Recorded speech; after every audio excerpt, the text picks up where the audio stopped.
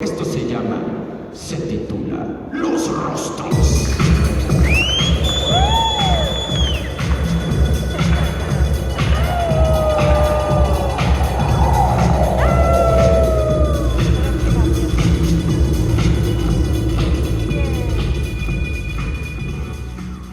Buenas tardes, muchas gracias por venir. Qué bueno, me da mucho gusto estar aquí, me da mucho gusto compartir con ustedes. Pues ahora esta parte, ¿no? Es un proyecto, como decía lejos de divulgación científica, es un proyecto de arte y ciencia. No hay que perder de vista eso. Y ahorita lo que estamos viendo pues son todas estas expresiones creativas, estas reflexiones, estas denotaciones que les surgieron a los participantes a partir de hacerles este estudio y de que ellos reflexionaran sobre su información genética, qué implicaciones, qué alcances, qué limitaciones tiene la información. Y entonces, como ven, pues cada uno en realidad pues es denota aspectos que tienen que ver con su identidad, que son aspectos, como ya lo dijeron, pues una construcción social, cultural, biológica, que para cada quien es distinto, y es además un proceso dinámico, ¿no? que no es estático. Entonces, me gustaría ahora darles un poco de contexto de la parte científica, ¿no? Sin aburrirnos demasiado. Y primero decir que, bueno, en realidad detrás de esto hay un grupo multidisciplinario de mucha gente. Aquí estamos solo unos cuantos representantes, pero en realidad participan antropólogos, participan artistas, científicos de diferentes áreas que hemos estado reflexionando, discutiendo cómo entregar los estudios, cómo entregar el resultado, cómo dárselos, qué acompañamiento darles. Entonces es el producto de un trabajo de muchas personas, un trabajo multidisciplinario con todas las complejidades que eso implica, ¿no? Pero que realmente tenemos que motivar ese trabajo multidisciplinario e interdisciplinario, ¿no? Entonces, la siguiente, ¿no? Para no aburrirlos demasiado, les prometo que lo voy a hacer. Pero en realidad, todo esto, la parte científica, pues es la genética, tiene su base en la genética, ¿no? Y en la genética hay un antes y un después. A partir de hace 20 años que se publica por primera vez, se secuencia por primera vez el genoma humano y que tenemos disponibilidad de acceder al genoma completo, ese marca un parteaguas realmente, ¿no? Antes le llamábamos genética y en genética pues nosotros íbamos y explorábamos una pequeña región del genoma. Ahora que tenemos acceso a toda esta molécula que es muy grande, que es gigante, tenemos acceso a todo el genoma, entonces se convierte en genómica, ¿no? Entonces genética y genómica en realidad es la misma cosa, nada más que la genética se desarrolló pues en 150 años, la genómica se desarrolla en 20 años. Y lo que ha ocurrido en esos 20 años es realmente una revolución científica y tecnológica. La siguiente. Bueno, yo les sigo platicando. La revolución científica, ¿por qué? Porque el proyecto del genoma humano se tardó más o menos 10 años en secuenciar toda la molécula. Empezó en 1990 y terminó el primer borrador en el 2001 y costó más o menos $1 por base secuenciada, o sea, $3,000 millones. A 20 años de que se publique el primer borrador de la secuencia, hoy en día podemos secuenciar el genoma de una persona en cuestión de días, en menos de una semana, y a un costo de cientos de dólares, ¿no? El objetivo es llegar a $100 más o menos. Entonces, en secuencia, en 20 años, ¿qué debió de haber ocurrido para que pasara de $3,000 millones en donde participaron muchos investigadores, grupos de investigación en diferentes partes del mundo, secuenciando pequeños fragmentos y ensamblándolo juntos, para que hoy en día tengamos esa posibilidad de acceder de una manera fácil y poco costosa al genoma completo de una persona?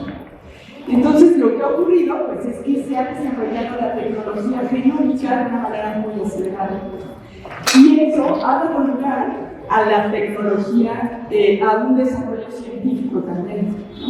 Esta molécula de ADN, como les digo, es una molécula que está conformada por 3,000 millones de nucleótidos y está en el núcleo de cada una de nuestras células. Todas las células del cuerpo son las mismas. Sin embargo, las células del corazón tienen un mecanismo que hace que se prenden y se apagan ciertos genes y ciertos mientras que las células del hígado se orientan que apagan otros genes, ¿no? Entonces, pero la información es la misma para todas las células. Entonces, estos mecanismos, que les llamamos mecanismos de regulación, son mecanismos muy complejos que todavía no terminamos de entender. O sea, apenas tenemos, digamos, las letras, ya pudimos ver el orden de las letras, pero realmente todavía no terminamos, nos falta muchísimo de entender, leer y comprender bien a bien cómo funciona esta molécula en cada una de estas células de nuestro cuerpo. Entre las aportaciones así más importantes que da el proyecto del genoma humano, es decir, que dos individuos cualesquiera de nosotros de aquí compartimos el 99.9% de esa molécula y solo el 0.1% representa variación. Esa variación parece poco, 0.1% parece poco, pero en realidad representa en una molécula de 13 millones, representa pues millones de variaciones, de 3 a 4 millones de variaciones que tenemos cada uno en nuestro genoma. Entonces, a partir de estudiar esas variaciones es que podemos hacer muchas preguntas de investigación de procesos evolutivos, cómo migraron las poblaciones a través de los diferentes territorios, también aspectos de salud, como si tenemos o no tenemos alteraciones genéticas que dan lugar a diferentes enfermedades, por ejemplo. Sin embargo, como les digo, es un mecanismo muy complejo, que todavía estamos pues al nivel de un adolescente de 20 años, de su comprensión realmente, ¿no? Entonces, así, como les decía, esto generó desarrollo en las siguientes. Desarrollos científicos, tecnológicos y científicos las siguientes. Por ejemplo, es una gráfica en realidad que lo único que muestra es cómo pasó del 2006, cuánta información teníamos sobre las enfermedades o sobre diferentes aspectos físicos y biológicos y su participación de factores genéticos en el 2006 para estas características que son complejas, que son multifactoriales, entonces el ambiente, más la parte genética, más están interactuando juntos y que todavía no sabemos exactamente cómo lo hacen, ¿no? Y para el 2022, por ejemplo, tenemos cerca de 400.000 marcadores genéticos identificados para diferentes rasgos biológicos, que pueden ser de enfermedad, pero también pueden ser de altura, pueden ser de antropometría, o sea, composición corporal, la siguiente. Y por ejemplo, este es un caso de esclerosis múltiple, ¿no? Agarré solo un caso para ver más o menos qué tanta información tenemos para un caso como esclerosis múltiple, que es una enfermedad autoinmune, que es una enfermedad como muchas, pues tiene muy complicada y muy limitante, ¿no? Para las personas. Y es más o menos lo que se conoce, ¿no? De esos 6.000 cerca de publicaciones que se han reportado en los últimos 20 años, 62 están orientadas a esclerosis múltiple. De esos 400.000 marcadores, 785 están identificados para esta enfermedad. Estos hallazgos, digamos, están identificados de manera individual, uno por uno, pero todavía no entendemos cómo trabajan en red, ¿no? Y esa es en realidad la manera en la que funciona la biología, porque pues, para que ocurra esta maravilla, digamos, de verdad, este milagro de que un cuerpo pueda funcionar, pues tiene que haber atrás un mecanismo muy complejo. Entonces, no los quiero aburrir. Y entonces esto obviamente también ha sido aprovechado por empresas comerciales para desarrollar y ofrecer servicios genómicos directos al consumidor, ¿no? Y entonces no sé si han visto que de repente encuentran pues, anuncios en donde dicen, mira, ven, te vamos a decir qué debes de comer, qué ejercicio tienes que hacer, de qué te vas a enfermar, incluso hasta para conseguir pareja, ¿no? Para talentos, ahorita le voy a enseñar, o sea, ¿qué talento puedes ser? Pero en realidad, pues otra vez, estamos al nivel de un adolescente, ¿no? De un adolescente de desarrollo. En ese estado está el conocimiento sobre la genómica. Yo creo que sí, la genómica y la genética van a dar respuestas muy importantes para cuestiones de salud y ya las están dando para cuestiones que tienen un componente genético muy importante.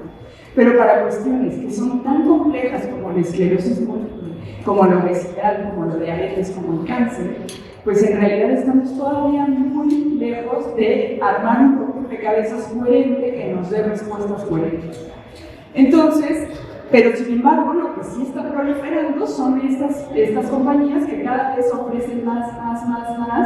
En México apenas están entrando comercial ecos. Hoy en día en Estados Unidos se dice que 1 de cada 5 estadounidenses ya se hicieron una de estas pruebas. En Europa hay millones también de personas que ya se hicieron estas pruebas, ¿no? Y entonces, una de las más famosas de todas es la prueba de ancestría genética, que es este ejercicio que hicimos con los participantes, en donde les hicimos un estudio genómico, hicimos una prueba de un estudio utilizando mucha información del genoma, hicimos estas estimaciones de ancestría y les dimos un resultado acompañado de información sobre, miren, así funciona, así se interpreta. Así es más o menos como luce el resultado de ancestría que le dimos a cada uno de los participantes, ¿no? Nosotros le sacamos una muestra de saliva. La diferencia entre el proyecto que nosotros hicimos y lo que hace una compañía comercial, por ejemplo, es que nosotros lo tratamos como un proyecto de investigación. Y entonces lo sometimos a un comité de ética, lo sometimos a un comité de investigación y está regulado como proyecto de investigación. Las compañías no tienen esa regulación. Las compañías simplemente ofrecen un servicio, la gente llega a pedir ese servicio y paga por el servicio. Y sí firma un consentimiento informado, pero el consentimiento informado en muchos casos dice que la empresa no se hace responsable de nada, ¿no? Y pues que ellos te van a dar un resultado. A comparación, pues nosotros sí lo sometimos a un comité de ética, lo sometimos a un comité de investigación y pues tenemos compromisos y restricciones y obligaciones y garantías que les dimos a los participantes de que vuestra información no va a ser usada para ninguna otra cosa, la vamos a destruir cuando termine el proyecto, esto vamos a hacer, así se va a manejar, esa es la referencia. Estas poblaciones de referencia más o menos usamos una base de datos como de 5.000 individuos de diferentes orígenes. Esas bases de datos se han ido construyendo para diferentes proyectos de investigación para estudiar la diversidad de la población mexicana. Y entonces tenemos como una resolución pues más fina que cualquier compañía para la parte de México, porque nosotros hemos estado estudiando la diversidad de las poblaciones mexicanas. Y la siguiente. Entonces, más o menos se ve pues no se ve muy bien, pero es más o menos como se ve un resultado en otra de estas compañías, porque pues como yo estoy haciendo la parte científica, pues yo me estoy metiendo como conejillo de indias, digamos, en todos los estudios, para ver realmente cuáles son las diferencias, qué tanto hay consistencia entre mis propios resultados y los resultados de otras compañías. Y aquí abajo, por ejemplo, se ven los resultados en 3. El primero es el que corresponde a mi resultado. El segundo y tercero corresponde a otras empresas, ¿no? A unas compañías que ofrecen este servicio. Y bueno, más o menos hay como cierta consistencia, pero sí hay diferencias, ¿no? Eso lo único que nos está diciendo es que son estimaciones y que dependiendo de la población de referencia que uno le meta o la información que le meta, pues va a ser el resultado y pueden cambiar más o menos valores. Entonces uno no se puede autoidentificar con un 30, es que yo soy 34.2% o yo soy un 25.3%, porque eso es solo una estimación, ¿no? Esa es una aproximación de cómo se ve y qué afinidad hay entre mis datos genéticos y los datos de otras poblaciones. Y bueno, ahora les quiero mostrar un par de artículos ya para terminar, que acaban de salir, que es algo que a mí me asusta y me entusiasma.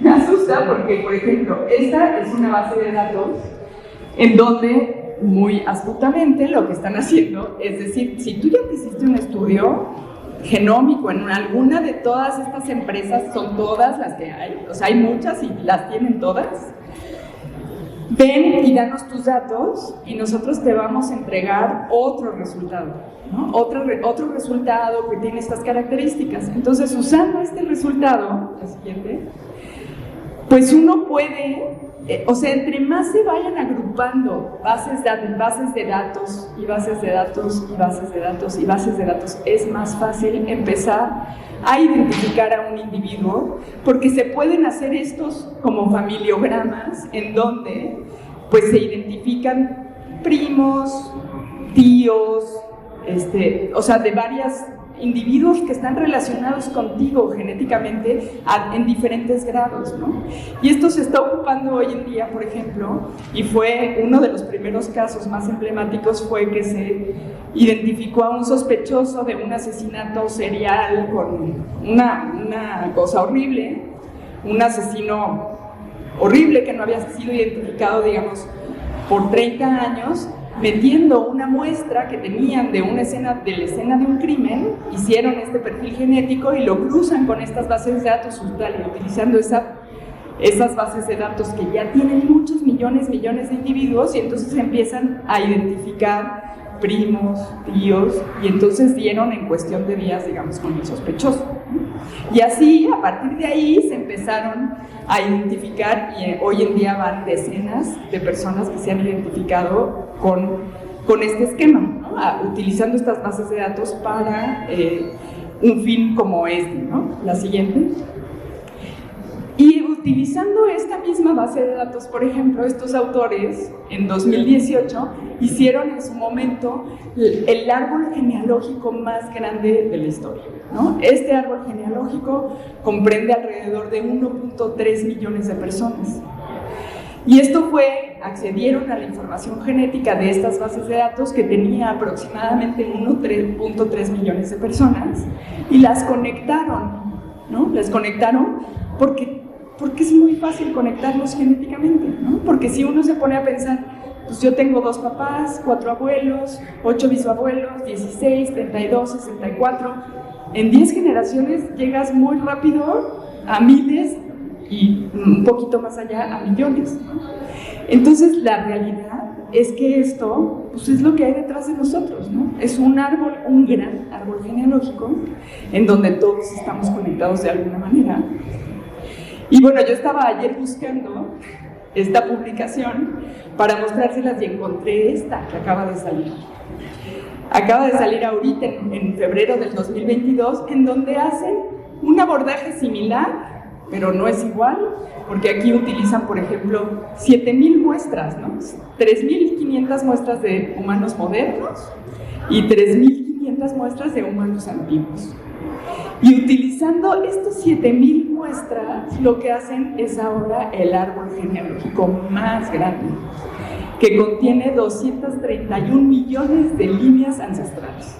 O sea, realmente conectaron a todas las personas del planeta, ¿no? Es posible conectar a todas las personas, o sea, entre cualesquiera 2 personas de aquí o cualesquiera 2 personas de alguna otra región geográfica, es posible conectarlos dentro de un mismo árbol genealógico.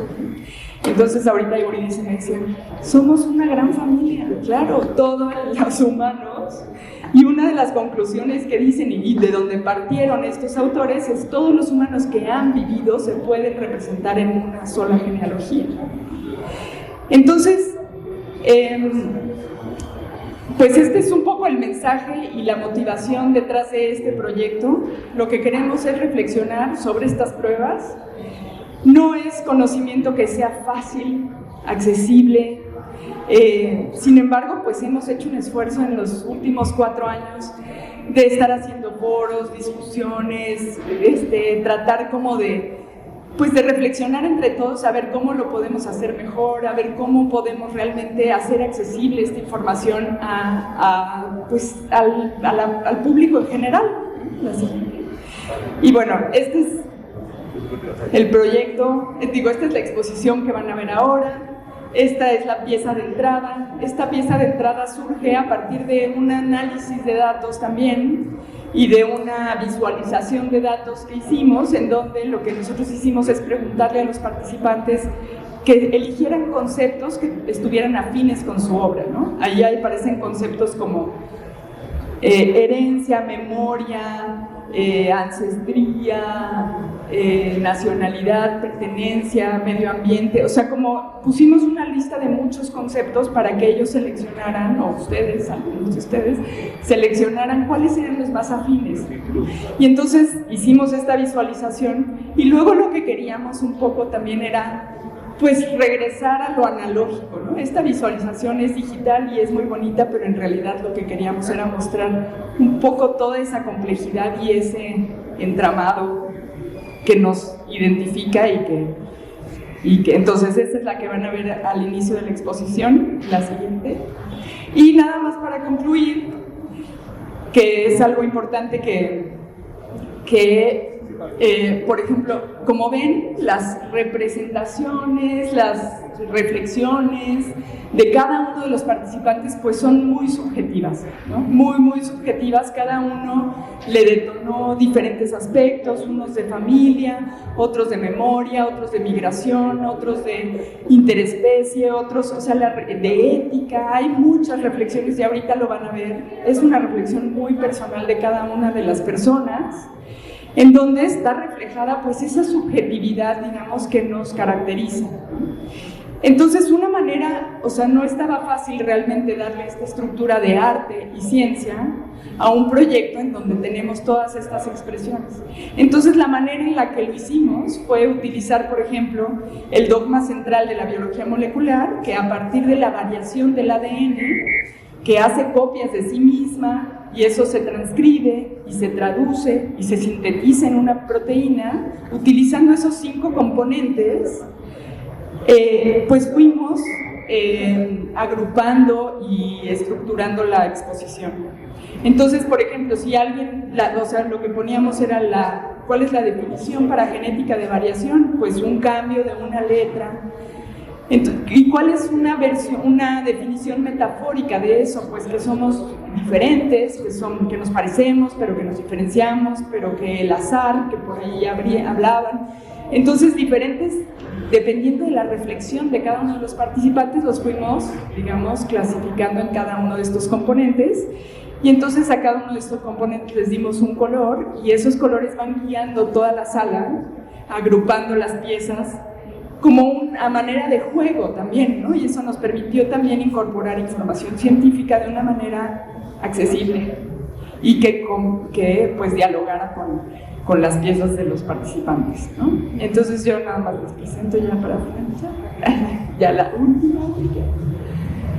Pues yo también hice una pieza, estas son unas fotografías que habla de las identidades, y es justamente para mí ese aspecto de pues la identidad es una construcción, digamos, que es dinámica y que todos los días cambia. Entonces esta es una forma de representarla, y así como esta expresión o reflexión, pues van a encontrar las que ya escucharon aquí ahorita, que me parecieron bellísimas, como las que van a ver allá arriba en la sala. Muchas gracias a todos.